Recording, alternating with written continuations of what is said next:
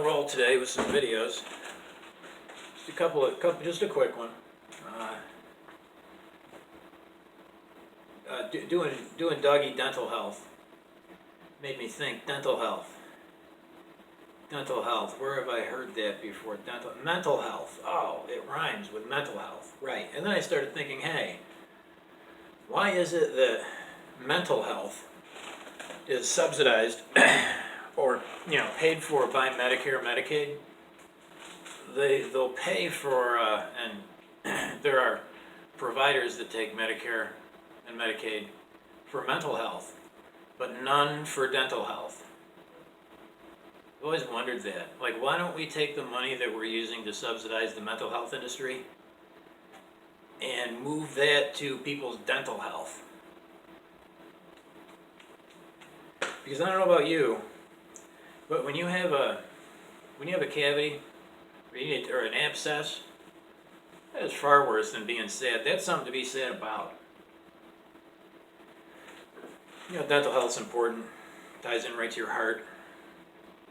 Now, I guess another story about that is one of the only times I've had any dental coverage is through a program in Alachua County, Florida called Choices. This was back early 2000s, 2005, 6, something like that, where if you worked full time, you got dental coverage.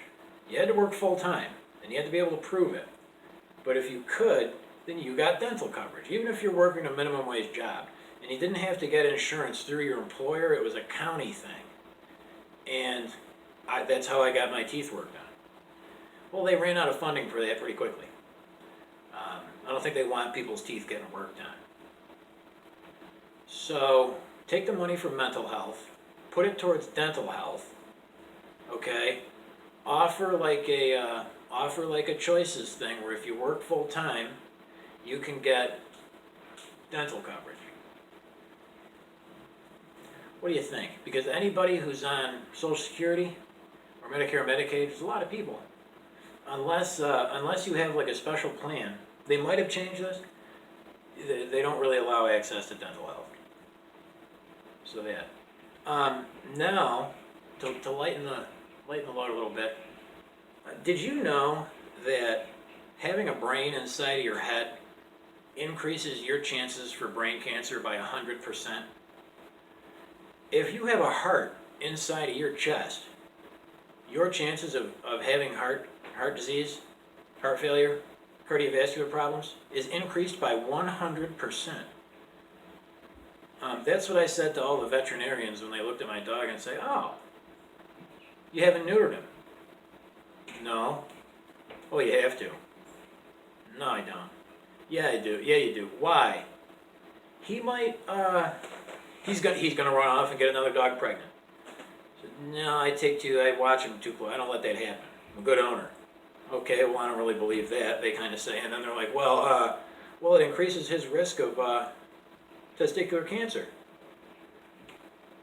So I looked at this vet and I said to her, having a cervix increases your risk of cervical cancer by 100%. Do you remove that? Because I don't think she cares, unless you tell this weirdo, tell it to her in a way that she'll understand and relate it to something that she can relate to. It's like if I said, does that mean that you should cut off my testicles? She'd probably be saying, yes, is probably what she's thinking. So I said cervix instead, she didn't like that. Yep. Being alive at all increases your chances of death by 100%. Don't give me that crap.